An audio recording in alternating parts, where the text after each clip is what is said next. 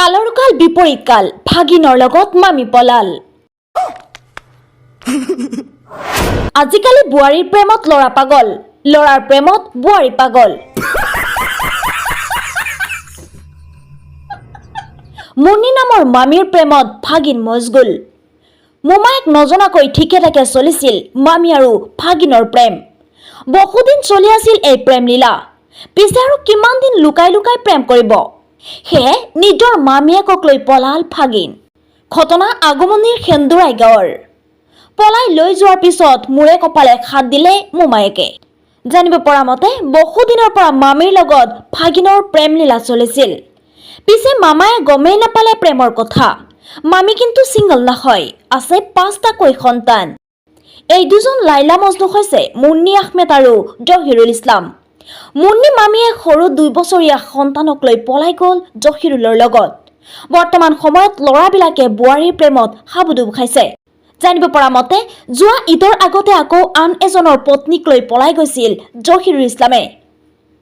আজি আগমনী থানাত এখন এজাহাৰ দাখিল কৰিলে জহিৰুল ইছলামৰ নামত। মোৰ নাম ৰমজান আলী, মোৰ বাড়ি সেন্দুৰাই পাট্টু, মোৰ বউয়েৰ নাম মুন্নি আহমেদ। মোৰ বাচ্চা 5টা। ছোট বাচ্চাটা নিয়ে পলাইছে। কোনে পলাইছে? জহিরুল ইসলামে। ও বাড়ি কালডোয়া, গাড়ি চলায়। আগমনী গাড়ি চলায়। তা মোর বউ ফসলে ফাসলে কীভাবে নিয়ে যাওয়া লাগে নিয়ে গৈছে। আজি মোর বাচ্চাটা লাগে আর যেবিলাক ছয়া বাচ্চা আছে সেইবিলাক মোক মানুষ কৰিব লাগে।